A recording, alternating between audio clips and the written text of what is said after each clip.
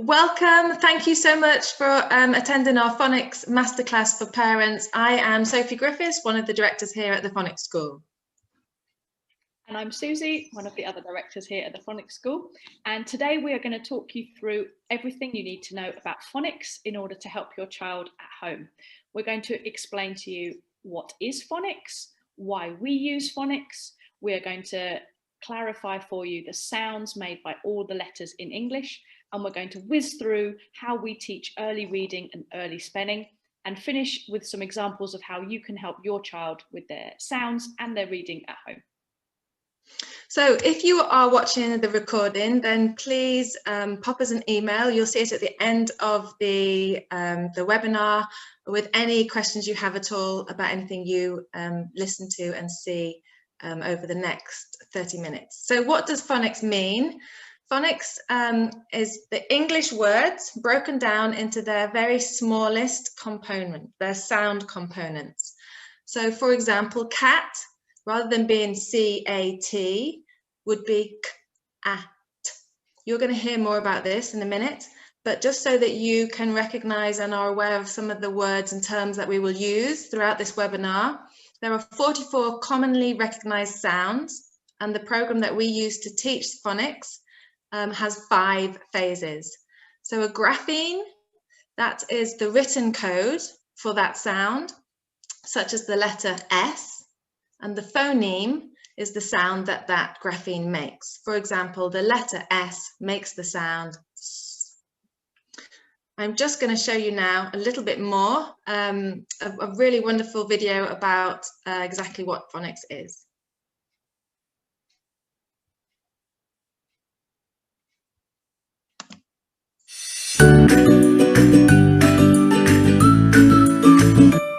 Phonics is a way of teaching children to read and write.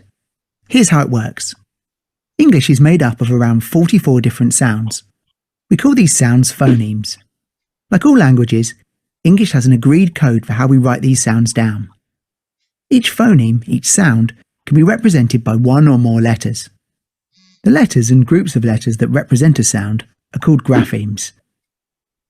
G, R, D, E, N. Garden. Sometimes the grapheme representing a phoneme is represented by just one letter, or D. Sometimes it's more than one letter that represents a single sound. It might be 2 letters, ah. This is called a digraph. Sometimes a phoneme is represented by 3 letters. This is called a trigraph. Such as the I in delightful, or the air in fairy.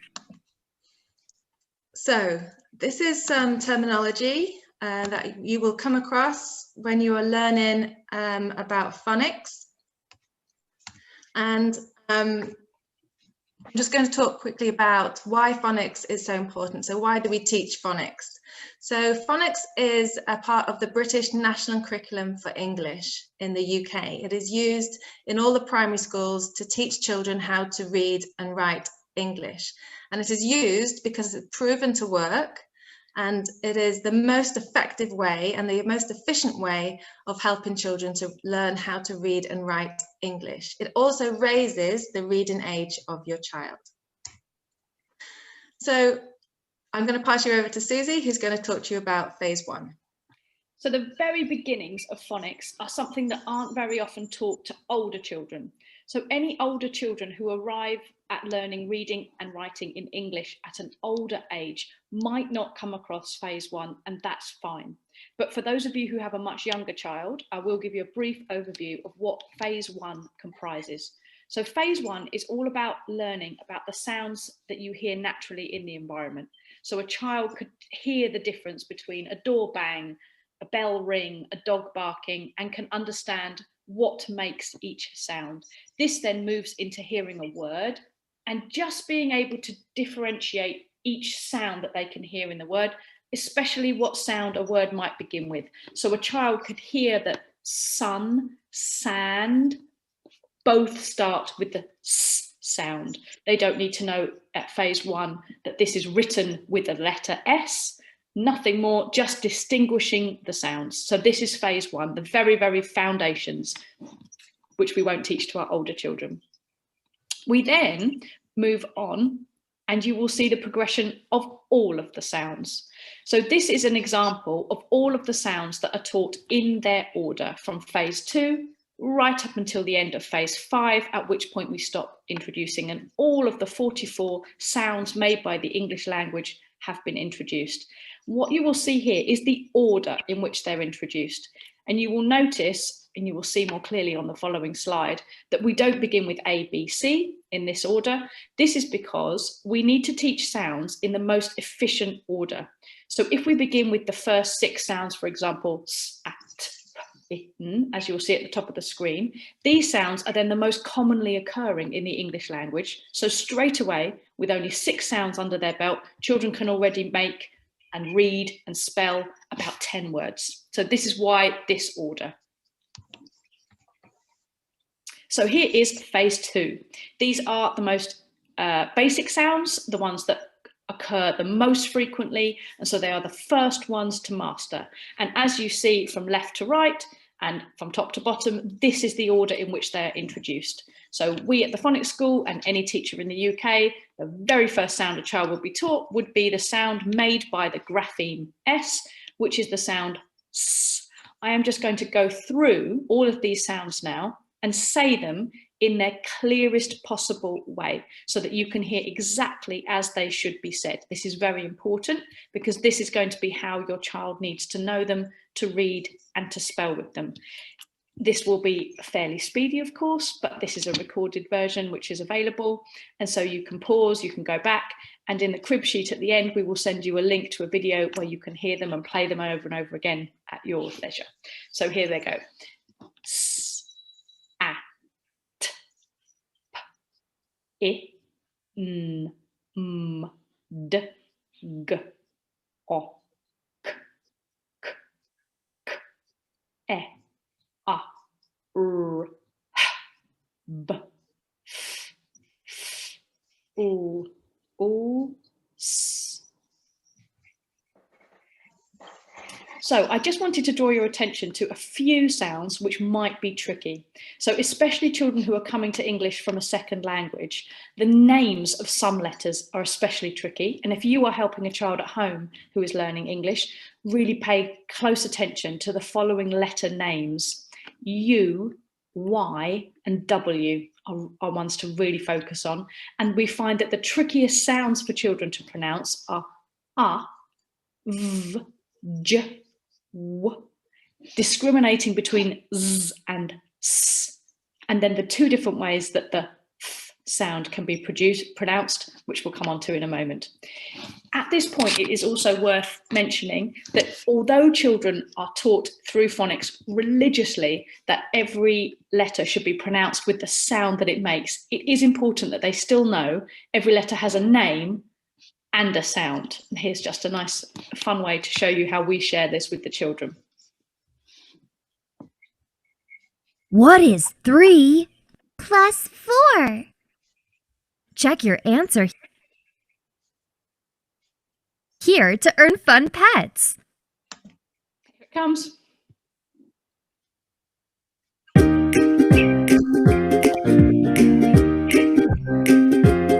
My name is A, my sound is A, my name is B, my sound is B, my name is C, my sound is K, my name is D, my sound is D, my name is E, my sound is F, my name is F, my sound is F. Every letter has a name and a sound, every letter has a name and a sound, every letter has a name and a sound, every letter has a name and a sound. So you will notice that this one came in the order of the alphabet, and this is kind of valuable, especially for older children who already know the letters of the alphabet, and for them this is the most obvious way to pronounce things. Hearing it in the order of the alphabet sometimes for older children can be a reinforcement. They're not wrong, it is A, B, C, but they learn alongside that each of those names has a sound. So 2 different approaches. So why is this important? Why does a child have to know that the sounds are S, A and T?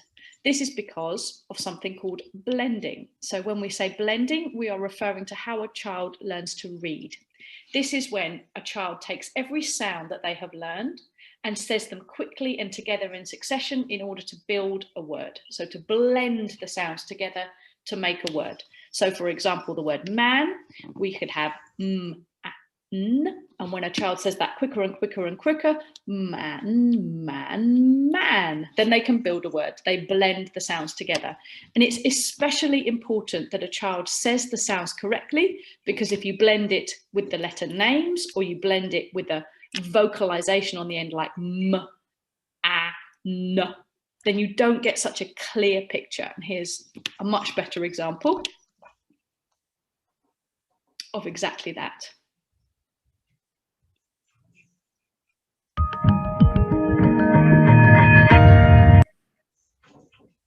And Ruth Miskin, for anyone who doesn't know, is an absolute world leader in literacy teaching.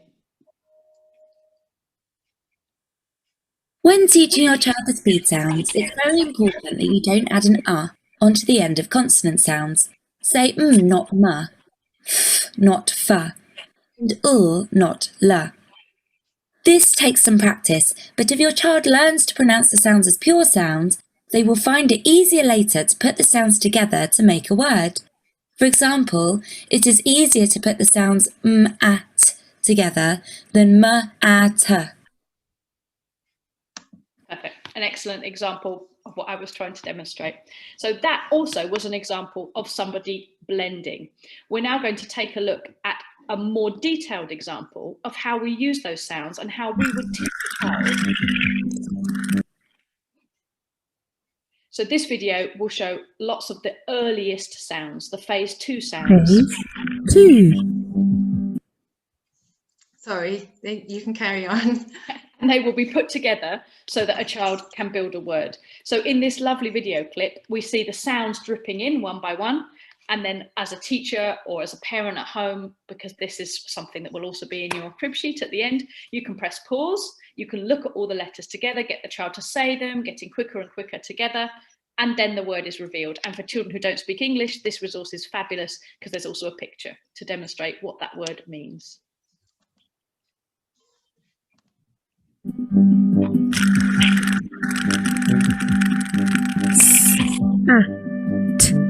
Sat.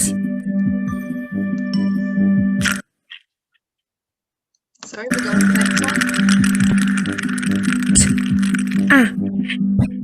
Tap. One more.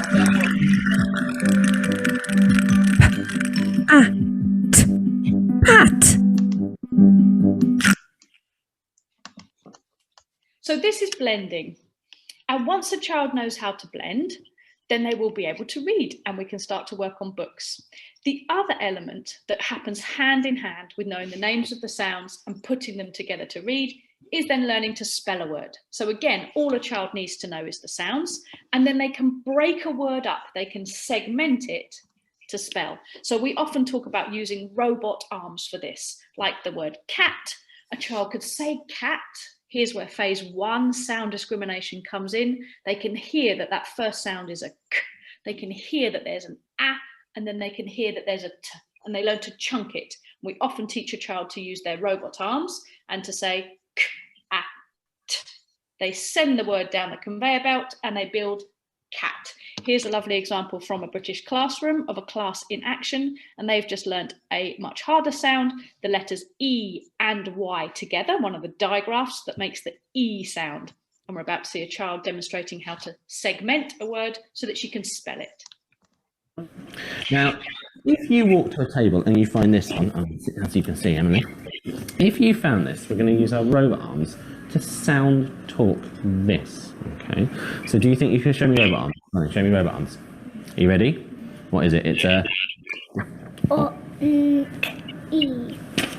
Can we give Emily a tiny little clap?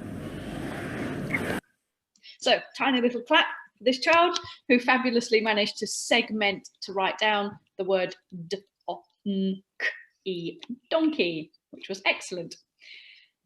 So, you might be wondering, what about all those words in English that don't make any sense and don't follow these rules that we're talking about? You will think straight away of these words, some of which are on the screen: the, I, me, my. And unfortunately, there are words in the English language for which you can't use phonics. We refer to these as tricky words. They don't follow the rules and they have to be just learnt as you would have learned in the old-fashioned days. All reading, you just have to visualize them. We have all sorts of different resources for helping a child to do this, and we introduce them in the same way that the letters follow a pattern. We introduce these words at the appropriate stage so that they have the most commonly occurring words to hand to read the easiest texts straight away. So for example, I, no, to, and the are some of the very, very first words. There are lovely visual resources out there. Again, this will be on the crib sheet at the end. Here's a lovely video to give you an example of some of the tricky words, some of the first ones that you would meet. Tricky words, these are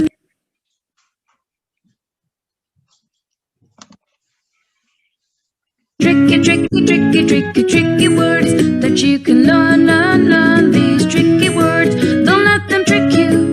They are just tricky words. Don't let them trick you. Say hello to I. Hello, I. And at that point, I would often pause as a teacher and say hello to something, and our children would really enjoy saying hello to the word as we go through. So that is an example of a really fun, catchy tune. I am now going to sound talk through you the next set of letters, just so you have a good overview of how your child should be pronouncing them.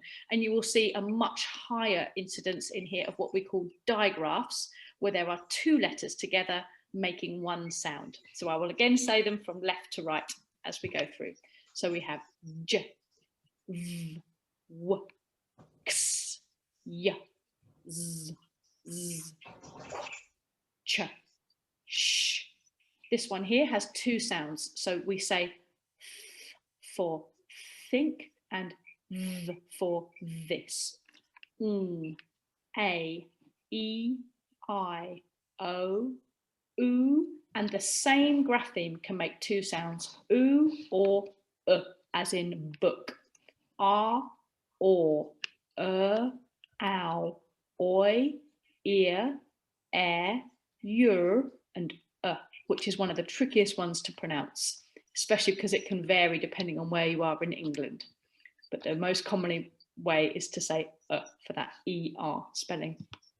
These are some of the hardest ones, and this is what children will learn much later on, often when they're about 5, rising 6, but this completely depends on ability and it can happen at any age.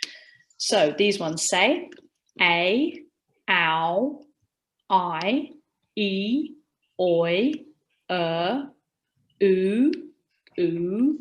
or, w, f, you, oo, o, or, e, a, e, I, o, oo, and u. So again, we have the same written form, the same grapheme, which can be pronounced ever so slightly differently. So if you didn't catch that time round, I won't do it all over again, but you can press pause, you can rewind, you can watch again, and there will also be a link to another video with a different demonstration of how these sounds can be made.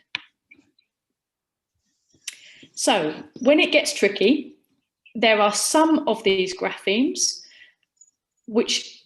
there are some phonemes, there are some sounds that can be written down as a grapheme in many different ways. For example, in English, when you make the sound A, there are actually about 7 different ways that this sound could be represented. So this is now much higher level learning. This is children who are ready to start learning patterns, spelling rules, and importantly, learning what would be the best guess in a situation. So here is the sound A. This is what we call a phoneme spotter. This is a brilliant resource for teaching children this and for showing them phonemes in action.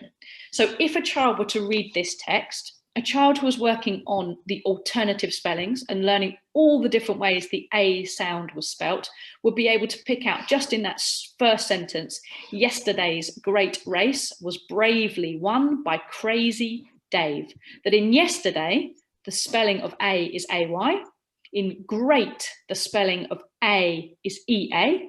In race, the spelling of A is what we call a split digraph with an A and an E with another letter in the middle. Same in bravely. In crazy, the A is spelt with just an A. So this is just a brief overview. And then what we can do at the end of an activity like this is to reveal all the different graphemes. A child can check, did they find them all? And we have a list down the bottom. And when we work on something like this, children will begin to notice, they will begin to learn that at the end of a word, the best bet if you hear an A sound is going to be AY.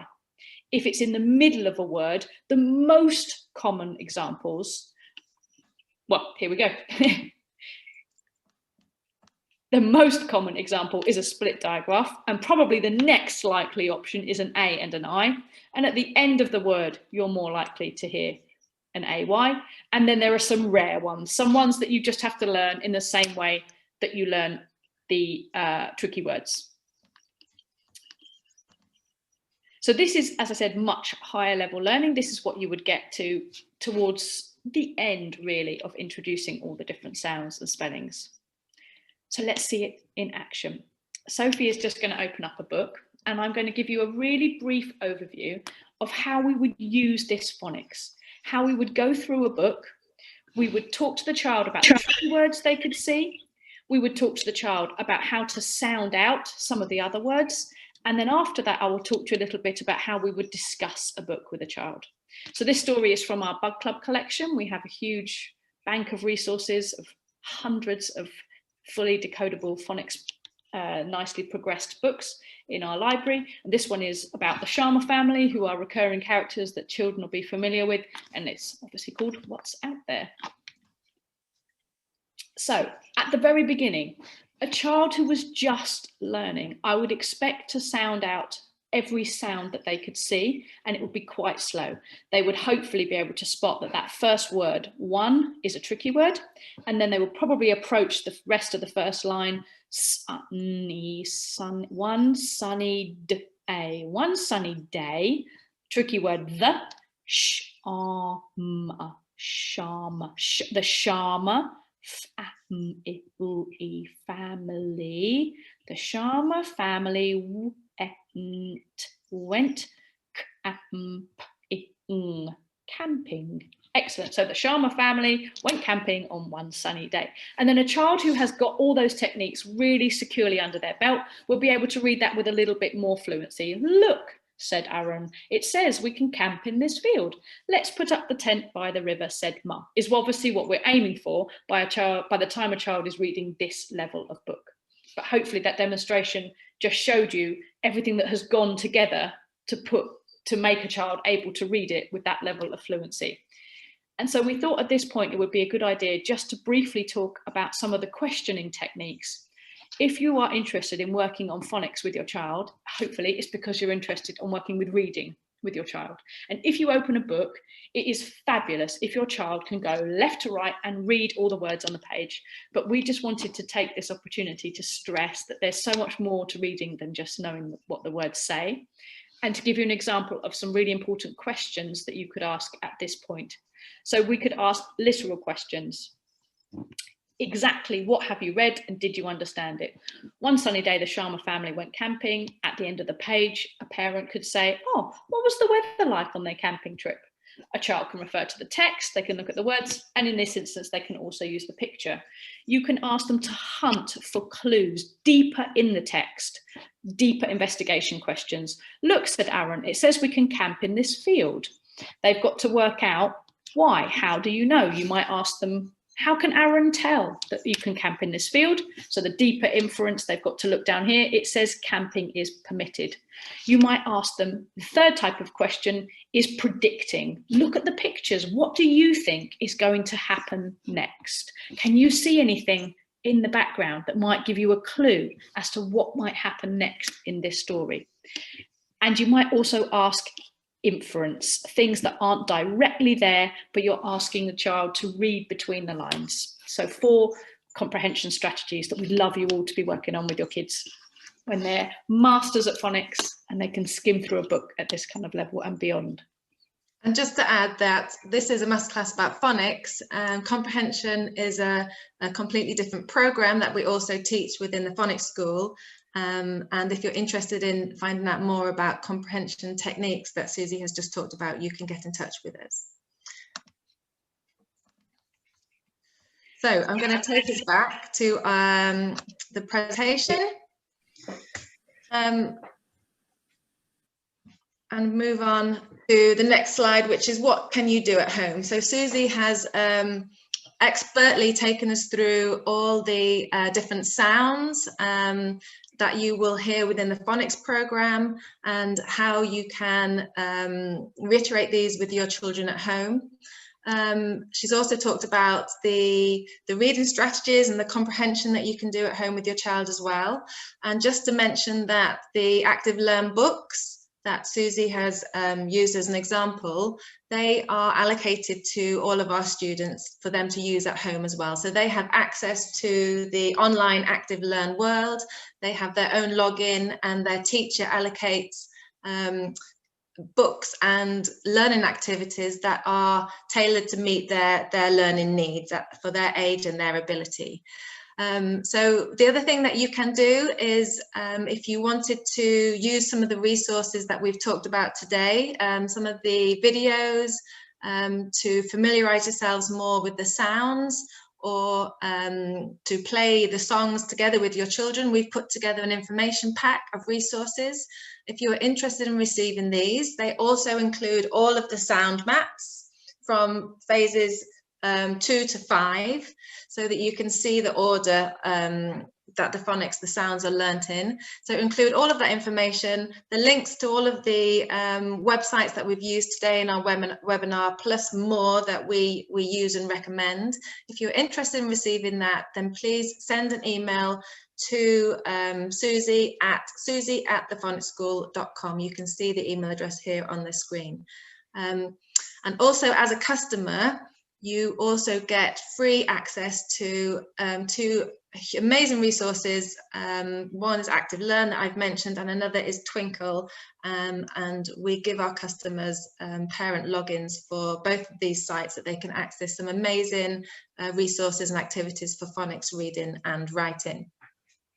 So we have kept it within the 30 minutes. We are grateful for your time today. We hope that this has given you an insight into what phonics is, why it's so important, why we are very passionate about teaching phonics within our programs to our children.